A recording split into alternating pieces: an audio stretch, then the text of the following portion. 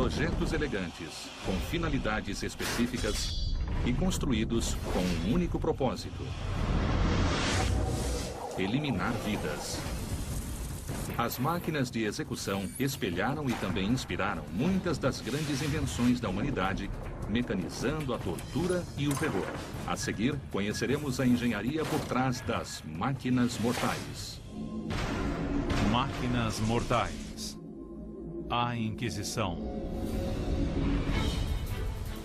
De 1200 a 1860, diversos movimentos de Inquisição aterrorizaram a Europa.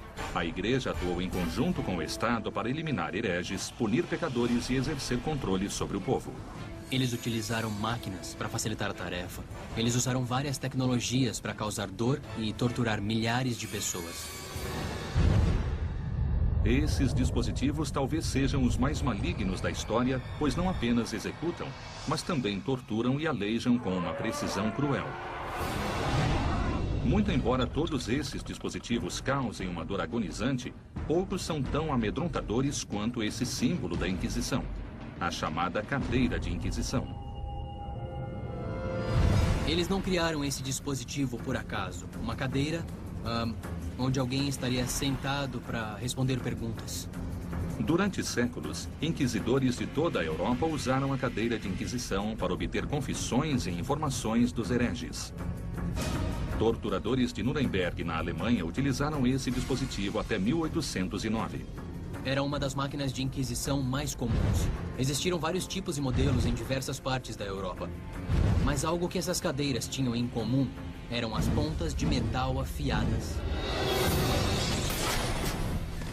A estrutura de madeira maciça da cadeira de Inquisição possui cerca de 2.000 pontas de ferro, e para assegurar que o condenado seja ferido por elas, os torturadores podem apertar as tiras que o amarram, fazendo com que as pontas perfurem profundamente o corpo da vítima. Se nós fôssemos só sentar nessa cadeira, não seria difícil, por causa da extensão da superfície que estaria sobre as pontas. Para provar que podemos nos sentar sobre essas pontas sem o risco de perfurações, eu vou me sentar. Nesse momento, eu não estou sentindo absolutamente nada. O meu peso está distribuído sobre todas as pontas e elas não conseguem me perfurar.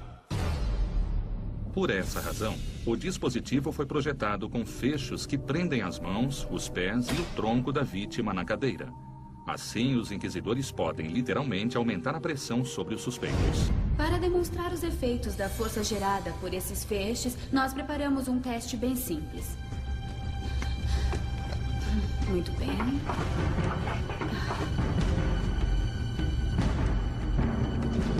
Nós vamos simular as extremidades como mãos humanas normais.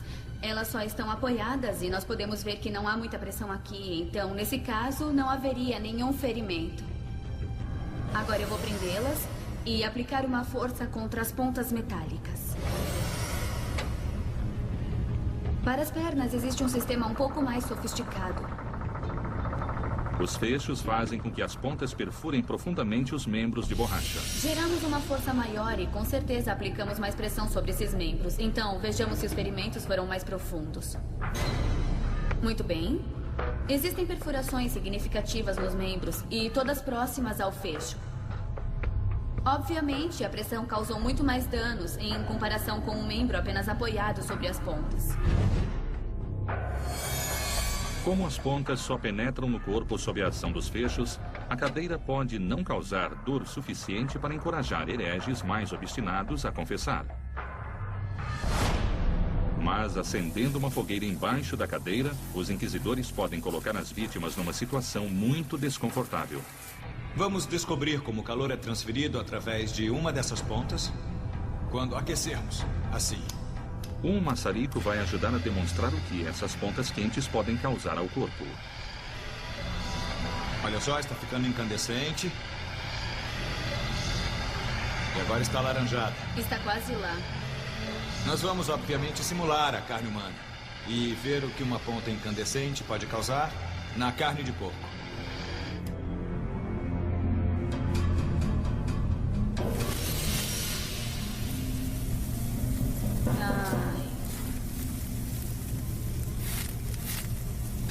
E ainda está queimando. Não é surpresa. Basicamente, você está cauterizando o ferimento internamente.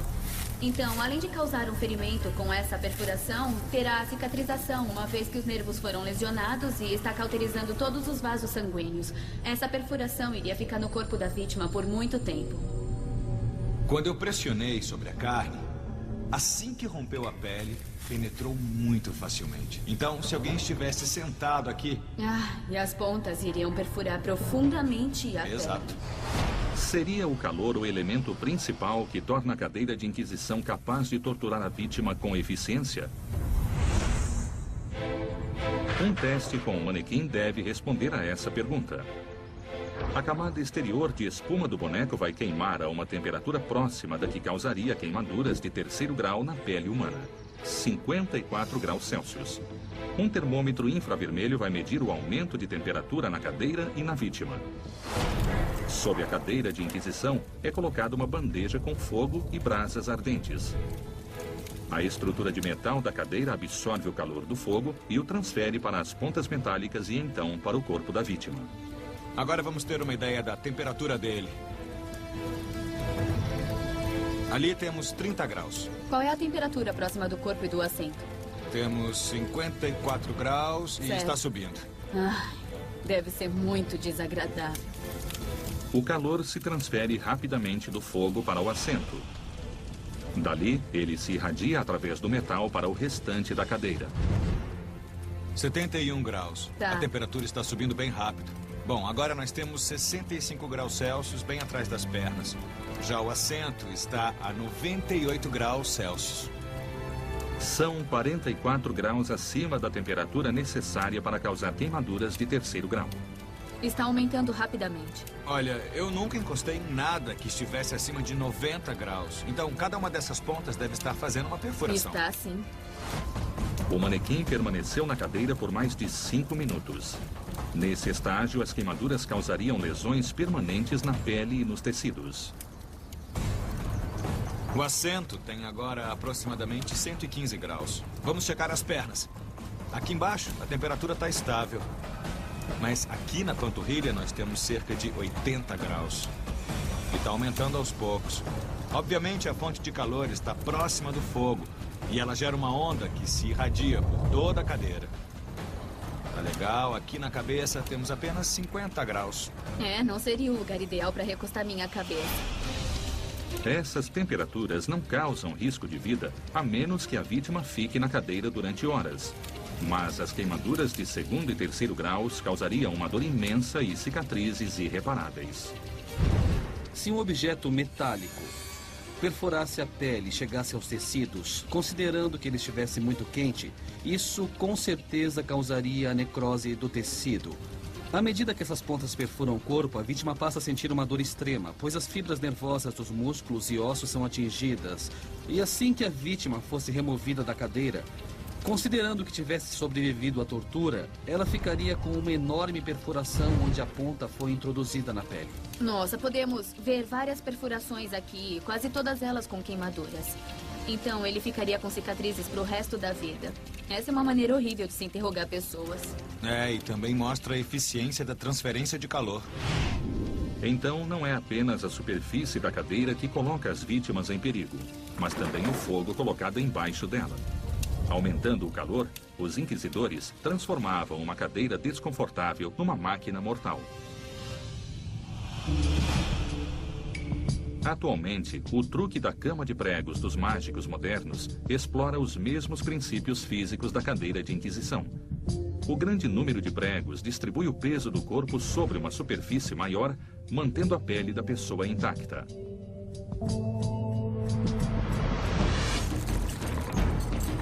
A seguir, veremos como os inquisidores deslocam membros com esse dispositivo e, logo depois, seria essa máquina o X da execução? Durante a Idade Média, os inquisidores viajavam de um vilarejo a outro exterminando sinais de heresia, mas nem sempre levavam máquinas de tortura. Em vez disso, usavam ferramentas encontradas no dia a dia, tais como cordas e roldanas. Por essa razão, o dispositivo de tortura mais usado pela Inquisição possui um conceito surpreendentemente simples. É a chamada estrapada. A estrapada utiliza a força da gravidade para explorar uma fraqueza do corpo humano: a articulação do ombro. As mãos da vítima eram amarradas atrás das costas e então eram presas a uma corda que passava por uma roldana suspensa no teto. Em seguida, a corda era puxada, levantando o acusado no ar. A força da gravidade passava a agir sobre a vítima, levando as articulações dos ombros ao limite. Por fim, os ombros se deslocavam. A engenharia da estrapada é bem diabólica porque utiliza o peso do corpo e a gravidade para causar o deslocamento dos ombros. A roda funciona como uma grande alavanca, o que nos permite girar o eixo e levantar o peso da pessoa com certa facilidade.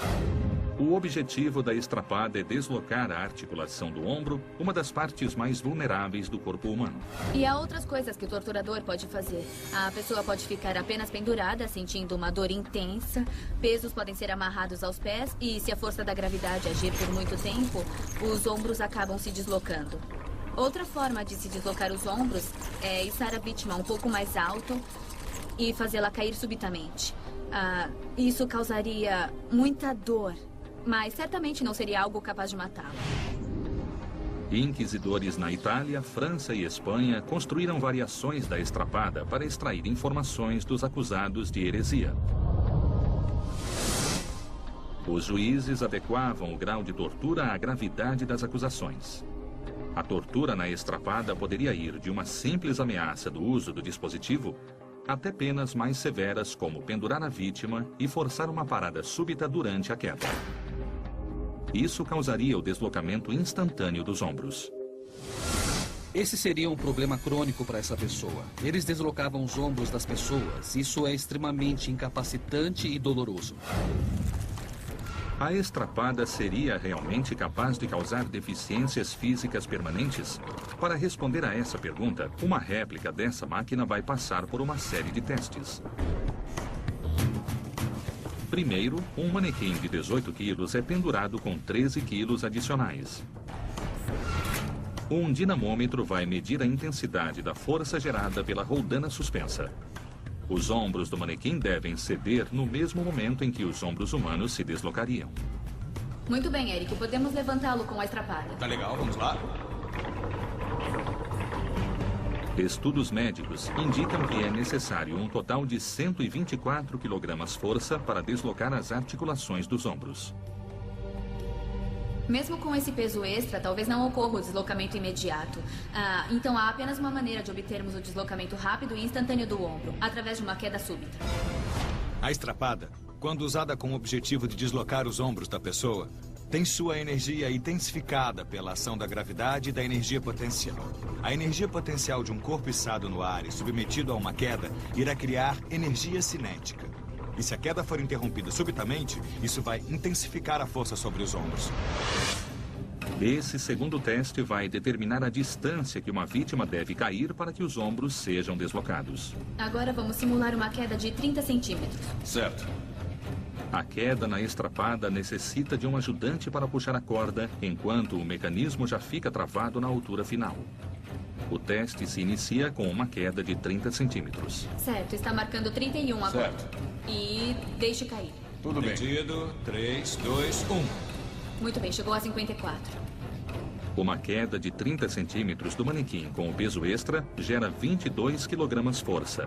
Isso causaria uma dor agonizante, mas não seria suficiente para causar o deslocamento dos ombros. Nesse próximo teste, o ajudante eleva o manequim a 60 centímetros acima da altura final da queda. Uma queda de 60 centímetros deve gerar algo em torno de 125 a 145 kg força. A altura não é muito diferente. Verdade. Tá. 60 centímetros. Novamente 31, pronto para queda. E pode soltar. 3, 2, 1. A leitura só chegou a 40. Deve ter acontecido alguma coisa com o manequim e, como podemos ver, estão deslocados. Uma queda de 60 centímetros provocou o deslocamento das articulações dos ombros do manequim. Mas por que a leitura do dinamômetro indicou que o dispositivo gerou apenas 40 kg força? A leitura deveria ser de, no mínimo, 124 kg força para que os ombros fossem deslocados. A leitura foi de apenas 40 e ocorreu o deslocamento total. Então deve ter passado dos 124 kg força. Deve ter atingido essa marca. Houve um pico de força que não foi medido. Aconteceu tão rápido que os ombros se deslocaram e o dinamômetro não conseguiu fazer a leitura. Para confirmar se o dinamômetro deixou de registrar o pico de força, o dispositivo será ajustado. Dessa vez, o sensor registrará a maior força gerada durante o teste, independentemente da rapidez com que ela ocorra. Muito bem. 2, 1. Pronto. Tá legal. Bom, de acordo com o sensor, antes do deslocamento dos ombros, houve um pico de 65 kg força. Mais uma vez, a estrapada desloca os ombros do manequim. Mas a leitura é muito inferior à força necessária para isso. Existe apenas uma explicação. A estrapada é muito mais eficiente do que se imaginava. Na verdade, funcionou perfeitamente. Isso era o que deveria acontecer. Os ombros receberam toda a força e não o dinamômetro. Você está completamente certa. Quando nós fizemos o teste com o dinamômetro, estávamos medindo a intensidade de força sobre a corda. Nós não estávamos medindo a força real gerada pela alavanca que é formada pelo corpo. Elevando-se a vítima com as mãos atadas às costas, ou seja, com os braços distantes do corpo, nós criamos uma alavanca. Assim, precisamos de muito menos força para deslocar os ombros nessa posição. Na verdade, a vítima se torna parte da máquina. Ao se amarrar os braços atrás das costas, cria-se um mecanismo de alavanca e isso gera uma vantagem mecânica para a estrapada. Basicamente, a alavanca formada pelos braços reduz a intensidade da força necessária para deslocar os ombros. Comparando, se os ombros da vítima estivessem alinhados com o corpo, seriam necessários 62 quilos para deslocar cada um dos ombros. Mas, com os braços atrás das costas, uma força bem menor produz os mesmos danos. Embora a estrapada seja um dispositivo simples que utiliza uma roldana, ela é muito traiçoeira. Os próprios braços da vítima facilitam o trabalho da máquina, gerando assim lesões incapacitantes. A estrapada é tão eficiente que torturadores a utilizam até hoje em alguns locais do mundo. No mundo dos efeitos especiais, sistemas de cordas e roldanas levantam e controlam a queda dos dublês nos sets de filmagem. Durante a Inquisição, os inquisidores convenciam os hereges a confessar através da invenção de diversas máquinas diabólicas. Uma das maiores provas de sua criatividade perversa está num dispositivo da Inquisição espanhola. O berço de Judas. O berço de Judas é um exemplo do lado negro da engenhosidade humana. O berço de Judas é composto por uma pesada pirâmide de madeira colocada sobre um apoio de 4 pernas, semelhante a um assento. Suspenso acima da pirâmide está um sistema de sustentação formado por cordas e roldanas que se conectam ao tronco e aos pés da vítima. Os acusados de heresia eram pendurados nus sobre a pirâmide nesse dispositivo. Os torturadores utilizavam esse dispositivo de várias maneiras. Eles podiam deixar o acusado cair sobre a pirâmide ou colocá-lo lentamente sobre a ponta, forçando-o a sentar ali por longos períodos. Como a gravidade está agindo sobre a vítima e forçando o peso contra a ponta, a pirâmide age como um instrumento de abertura.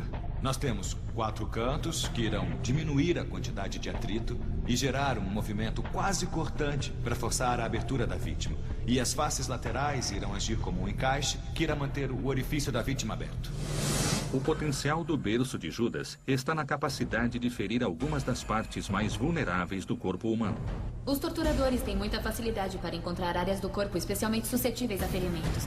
E, obviamente, as partes íntimas são muito sensíveis, são vulneráveis e repletas de terminações nervosas, sendo mais sensíveis a lesões. Durante a Inquisição espanhola, fazer com que suspeitos confessassem a própria culpa era apenas o início. Os inquisidores deixavam as vítimas sobre o berço de Judas até que denunciassem todos os outros conspiradores. Essa foi a inspiração para o nome do dispositivo. O berço de Judas teve o nome inspirado em Judas, que denunciou Jesus para as autoridades romanas. É um nome apropriado, pois qualquer um que passasse por essa dor torturante daria qualquer informação sobre qualquer um ou qualquer coisa. Mas qual das técnicas de tortura do berço de Judas é a mais eficiente? A queda livre ou a descida controlada? Uma série de testes com um manequim e uma réplica do berço de Judas nos dará a resposta. A seguir, os hereges entendem rapidamente o objetivo desse assento do terror. Vamos demonstrar o uso do berço de Judas. E como podem ver, usaremos um manequim para simular o funcionamento dele. A primeira coisa que vão notar são as diversas cordas amarradas ao boneco para tentar posicioná-lo sobre a pirâmide. Será necessária muita coordenação, existem várias pessoas aqui e isso vai se parecer com uma apresentação de marionetes. No primeiro teste, o manequim cairá sobre o berço de Judas. Está pronta, Michelle? Estou. Vai conseguir acertar? Eu vou tentar. Tá legal. 3, 2, 1.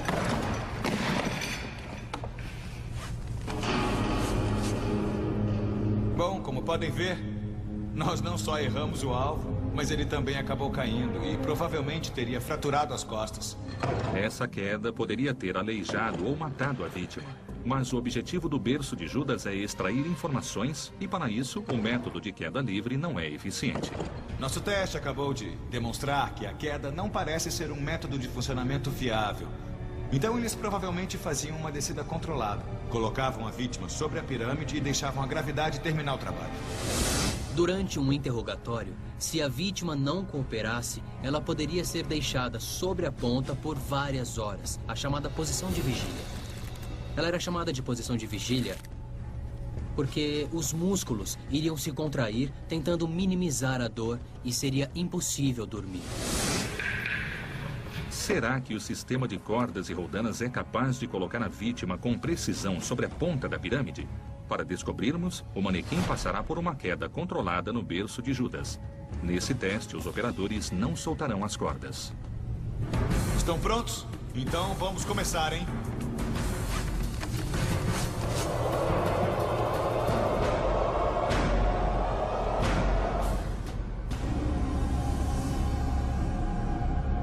Eles conseguiram colocar o manequim bem na ponta do berço de Judas, mas foi preciso muito esforço. Estamos lidando com um manequim e não com um ser humano se debatendo. Não podemos nos esquecer disso. Você tem toda a razão. As cordas estariam se movimentando bastante. Eu acredito que se alguém estivesse amarrado assim, seria uma coisa instintiva ficar se debatendo. O que quer que estivesse sendo planejado, a vítima não iria aceitar. Então, tornaria esse processo o mais difícil possível. Para simular com mais precisão uma sessão de tortura no berço de Judas, eles tentarão jogar a vítima contra a ponta da pirâmide, mas em vez de permitir que o boneco simplesmente caia, eles vão controlar a queda segurando as cordas para direcionar a descida. Vamos simular um pouco de resistência.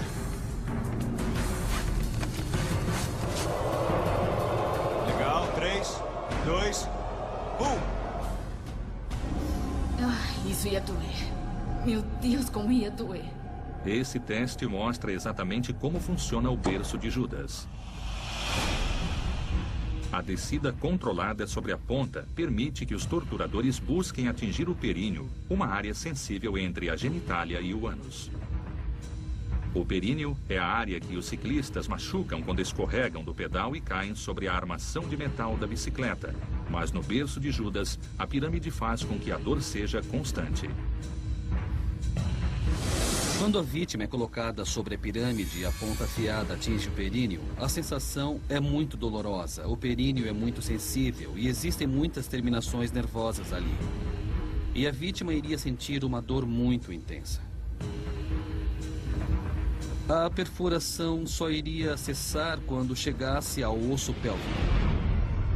Esses testes revelam que o berço de Judas é um dispositivo de tortura muito eficiente. Utilizando a força da gravidade, ele se transforma em uma máquina de funcionamento constante. Atualmente, a sociedade moderna utiliza os mesmos princípios físicos do berço de Judas. Espremedores manuais utilizam extremidades pontiagudas para extrair o suco das frutas. A perseguição aos hereges durante a Inquisição necessitava de inovações constantes e assustadoras. Presumia-se que as acusações eram verdadeiras. Não havia a presunção da inocência. Os inquisidores, que buscavam obter confissões dos hereges, desenvolveram uma máquina de tortura que colocava a vítima numa situação apertada. Ela era chamada de potro. O potro explora os conceitos físicos da pressão, tensão e compressão para criar torniquetes no corpo humano. O tensionamento contínuo das cordas corta a circulação dos 4 membros, chegando a cortar os próprios membros. O potro não foi desenvolvido para cortar uma pessoa, e sim para comprimir as articulações dos pulsos e tornozelos. O princípio é simples. Um sistema de roldanas interligado a uma alavanca que gera a força necessária para tensionar as cordas. Essa roldana tem uma corda ligada à roldana inferior. As 4 cordas que passam pela parte de cima do potro estão interligadas com a roldana inferior. Os inquisidores espanhóis desenvolveram o potro em meados do século XVIII e o utilizavam para obter confissões de membros da maçonaria e outros hereges. O período de tempo que alguém permanecia no potro podia ser curto ou mesmo se estender por várias horas. O objetivo era obter uma confissão, e isso significava fazer o que o inquisidor julgasse necessário. Mas qual é a sensação de ser amarrado ao potro? Há apenas uma maneira de descobrirmos, amarrando uma pessoa nesse dispositivo.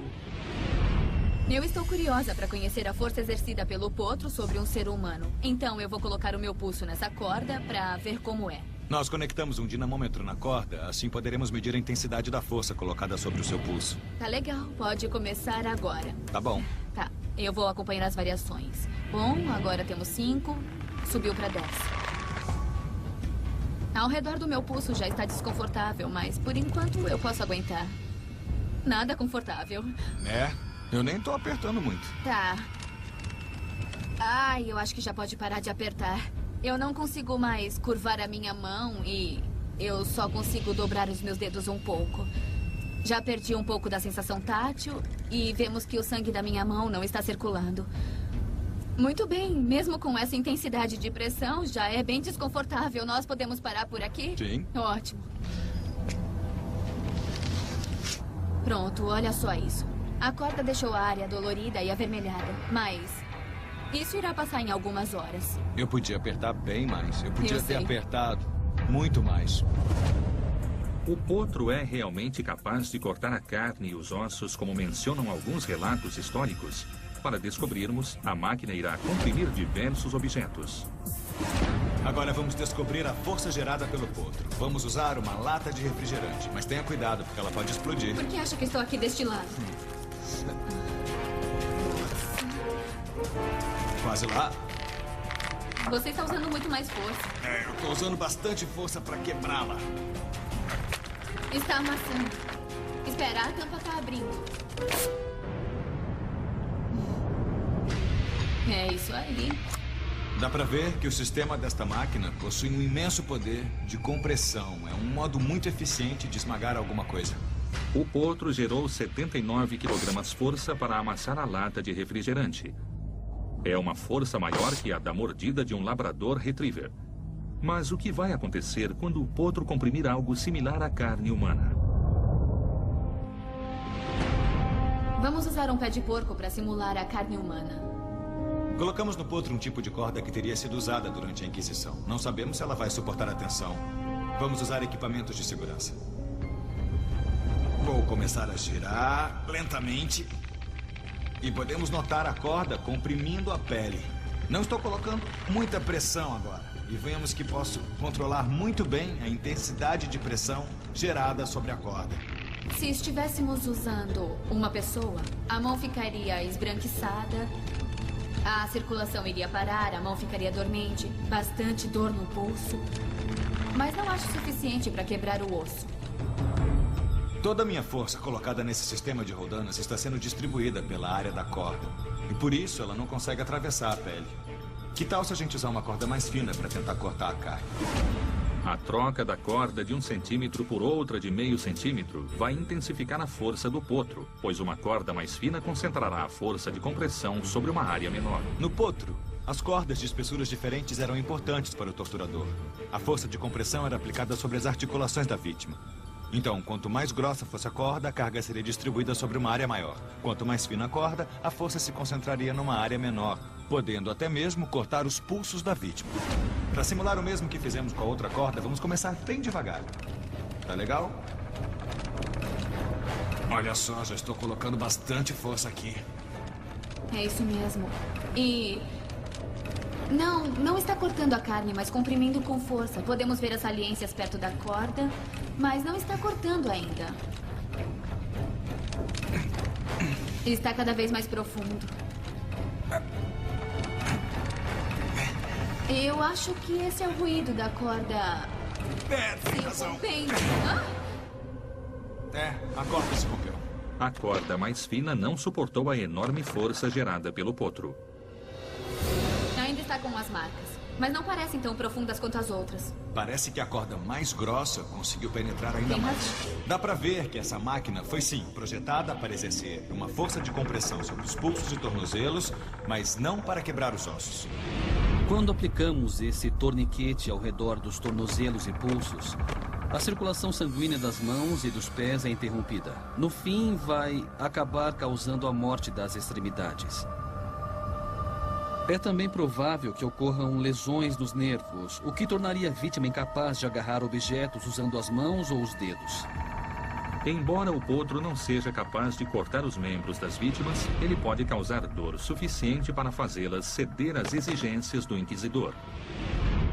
Ainda que os princípios físicos da tensão sejam responsáveis pela compressão mortal do potro, essas mesmas forças tornam alguns utensílios domésticos muito eficientes, assim como enfatiadores de ovos e de queijo.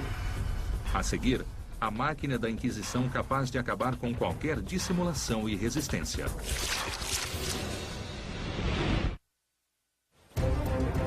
Durante a Inquisição, os torturadores utilizavam máquinas conhecidas para obter confissões, mas ocasionalmente utilizavam dispositivos mais obscuros.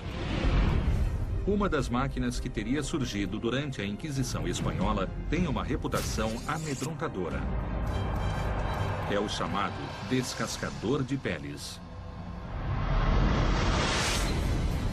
Em 1809, enquanto o exército de Napoleão avançava através da Espanha, um coronel francês teria liderado suas tropas numa batalha contra um forte da Inquisição nos arredores de Madrid. O coronel francês teria chegado a uma câmara de tortura, onde encontrou um dispositivo mecânico projetado para cortar a carne do acusado. Daí vem o nome descascador de peles. De acordo com a descrição do coronel francês, o descascador de peles era uma máquina que girava 2 discos de madeira com lâminas de metal afixadas a eles. A rotação das 2 manivelas fazia as lâminas girarem. O processo era iniciado quando os inquisidores amarravam a vítima sobre uma base horizontal fixa. Em seguida, eram colocadas as 2 extremidades com as lâminas frente a frente, circundando a vítima. Quando os inquisidores giravam os discos, as lâminas supostamente cortavam pedaços de pele até que não restasse mais nada recobrindo o corpo. Temos alguns problemas aqui. Primeiro, o corpo humano não é arredondado. Segundo problema, se as lâminas tocassem o corpo, elas iriam se curvar. E quando giramos rapidamente, existem outras forças atuando aqui. E as lâminas começam a se curvar, o que as manteria afastadas do corpo. Quando os soldados franceses tiveram conhecimento da brutalidade do descascador de peles, eles teriam ficado tão enfurecidos que teriam usado essa máquina contra seus idealizadores, utilizando-a para executar os inquisidores espanhóis. O descascador de peles seria realmente capaz de torturar e executar as vítimas como descrevem os relatos históricos? Para descobrirmos, uma réplica da máquina tentará arrancar a pele de um manequim de borracha. Vamos testar o descascador de peles. Queremos descobrir se ele funcionaria mesmo, se as lâminas tocariam no boneco. Então temos que descobrir a velocidade de rotação ideal dessas lâminas. Pois quanto menor a velocidade, menos curvadas elas vão ficar, aumentando as chances de atingirmos o nosso manequim. Eu vou tentar me igualar à velocidade de rotação do Eric e tentar descobrir se as lâminas vão tocar nas panturrilhas ou nas pernas do boneco. Michelle, vamos começar bem devagar para ver o que acontece. E aí podemos aumentar a velocidade até um nível constante. Tudo bem, eu vou tentar girar na mesma velocidade. Ótimo, está pronto? Estou sim.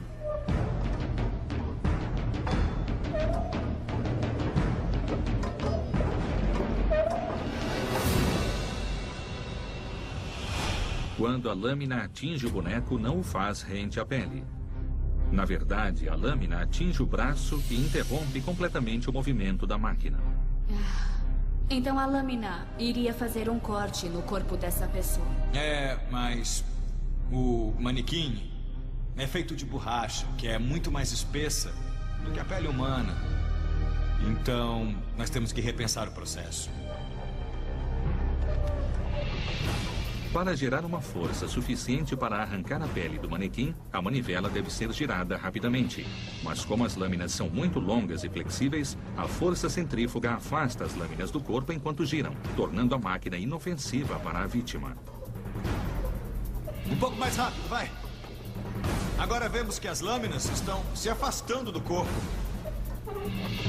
E esta seria a força necessária para que essas lâminas cortassem o corpo. E elas não estão nem perto dele. Não mesmo.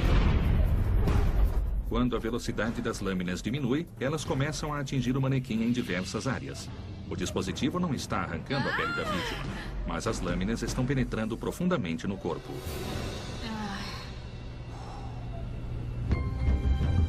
Talvez isto esteja mais devastador do que eu imaginava. Em vez de arrancar em pequenos pedaços, as nossas lâminas cortam profundamente a vítima. Esses ferimentos seriam dolorosos, mas talvez não oferecessem risco de vida. Para entendermos melhor o que essa máquina pode causar quando atinge a carne humana, o descascador de peles irá cortar um pedaço de carne de porco. O porco possui pele e tecidos musculares semelhantes aos humanos.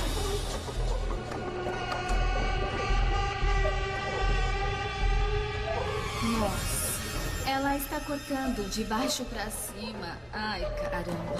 Nós vemos que essas lâminas estão apenas arrancando pedaços de carne e não são nem um pouco precisas. Então, esse não é um descascador de peles de precisão cirúrgica. Ele apenas arranca pedaços. Ele é capaz de cortar pedaços de carne de porco muito melhor que apenas a pele.